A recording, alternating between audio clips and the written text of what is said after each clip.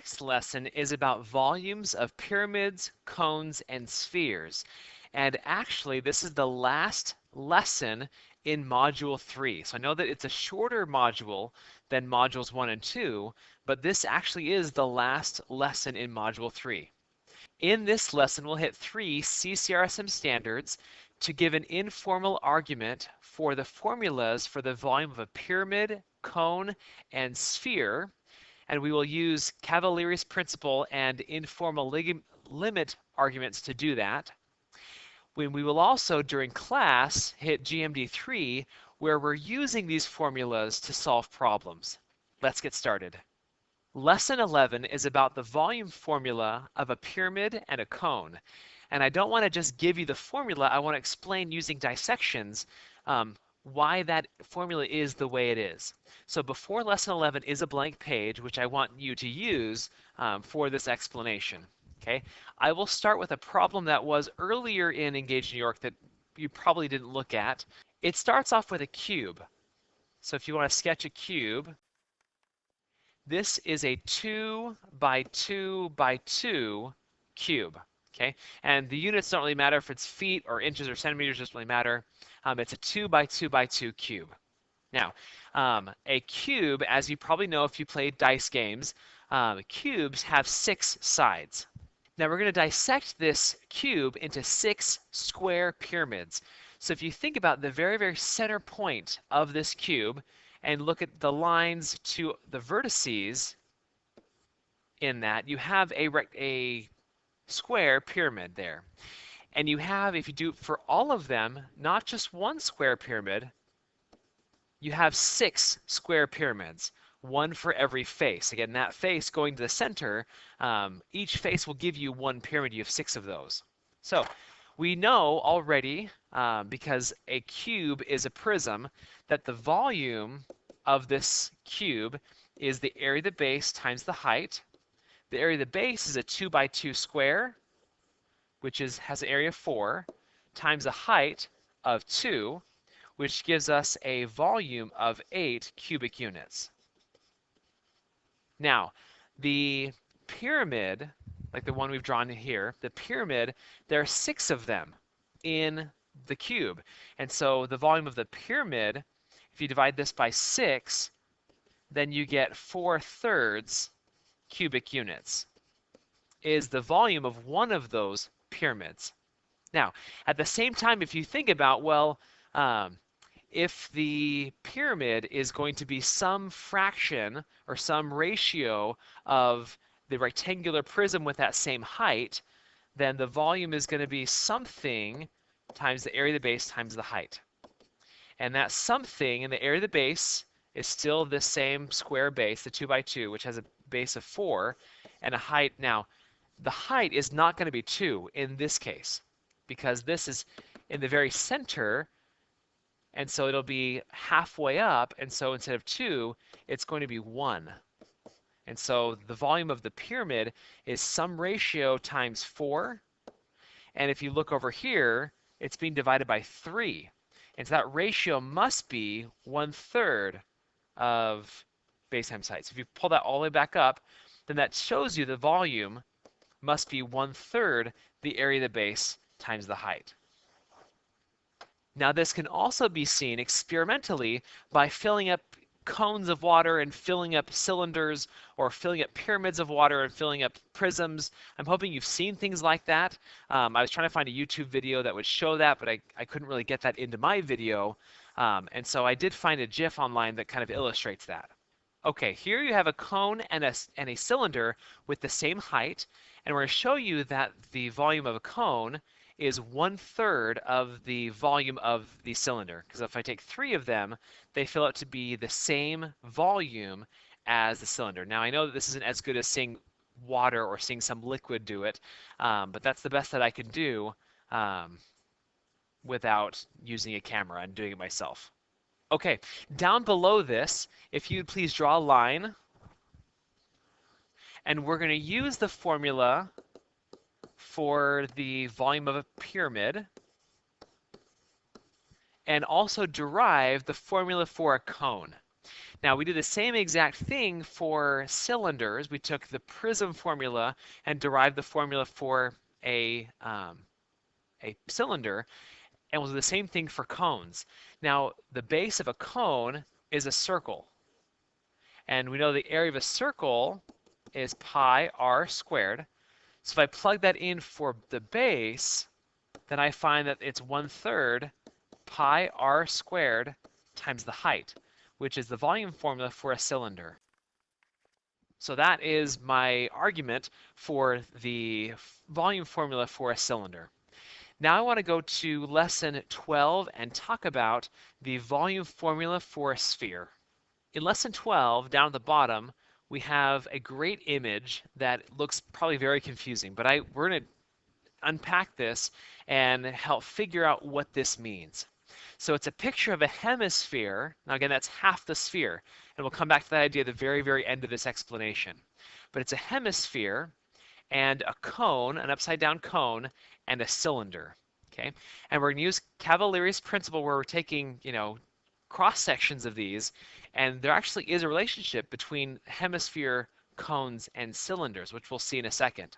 Okay, we'll start with the cylinder, and we will look. We've gone up some height, and this can be any height. It can be, really close to the bottom or close to the top. Any height. We've gone up some height here, and the radius we get for the hemisphere we're calling r sub 1.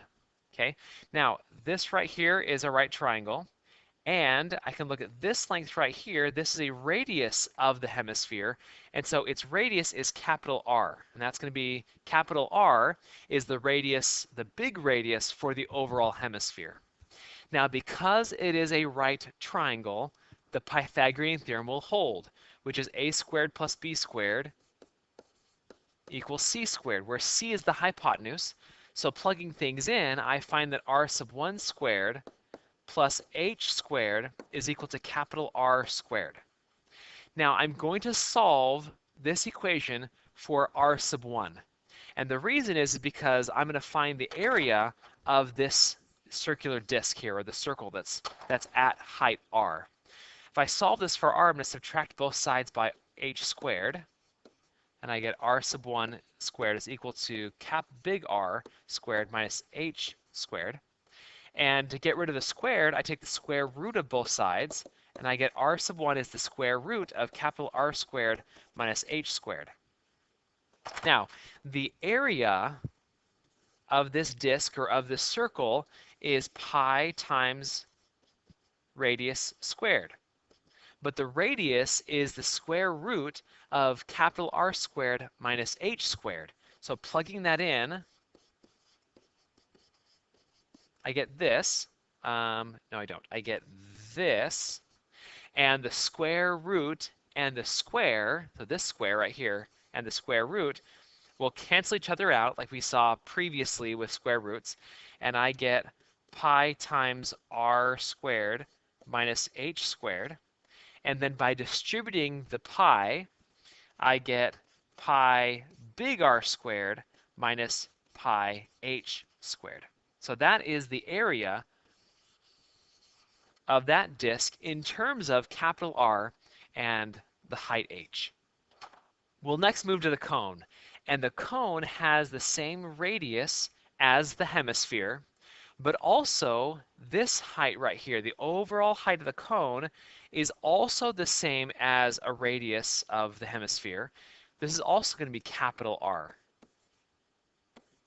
Okay, now the thing to notice with the cone is that the height that I've gone up right here, that this creates two similar triangles. That this triangle, the small triangle, will be similar to the big triangle by the angle-angle similarity criteria, because they have the right angle and the angle down here. So they're similar to each other, so some ratios hold.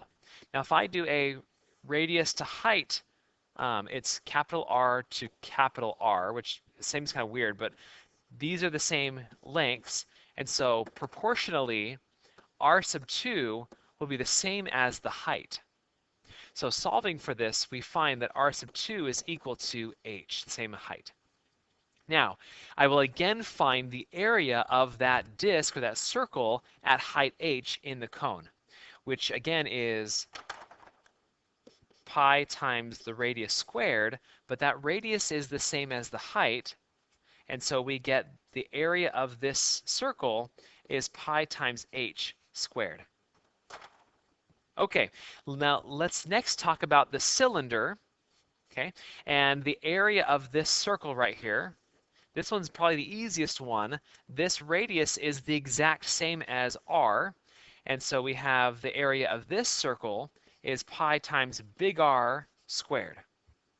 So if you look at these three equations, which are each the areas of the disks at height r, which again could be any height, but we've just kind of drawn it arbitrarily somewhere in the middle, you will notice that the area of the hemisphere is pi capital R squared minus pi h squared, which is the height of the cylinder, sorry, the area of the cylinder minus the area of the cone.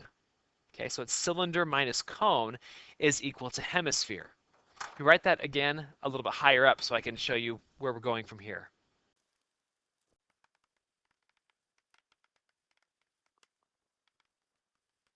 So again, we saw that the area of the circle in the hemisphere was equal to the area in the cylinder minus the area in the cone. Now, if we find that for every single layer, every single h as you go up, then I hope it makes sense that the volume of the hemisphere will be equal to the volume of the cylinder minus the volume of the cone, if we add those all the way up. So the hemisphere was equal to the volume of a cylinder, which we've already derived to be pi r squared h, and the volume of the cone, which is 1/3 pi r squared h. But keep in mind that the height of the cylinder and the height of the cone was equal to r. So I can plug r here and get pi r squared times r minus 1/3 pi r squared times r. Or we find that we get pi r cubed minus 1/3 pi r cubed.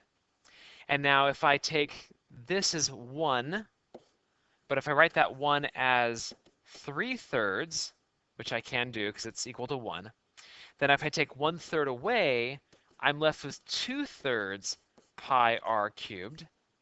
And now at this point, I will remind you that it's a hemisphere. It's half a sphere. And so from that, the volume of a sphere is double the hemisphere. So you get 4/3 pi r cubed, which is the volume formula for a sphere. It's 4/3 pi r cubed. Now that's one way using Cavalier's principle to derive the volume for a sphere. All right, this video was about the volumes of pyramids, cones, and spheres. The volume of a pyramid is 1/3 the area of the base times the height. The volume of a cone is 1/3 pi r squared h. And the volume of a sphere is 4/3 pi r cubed. In class, we will use these formulas to solve problems. Thank you for watching.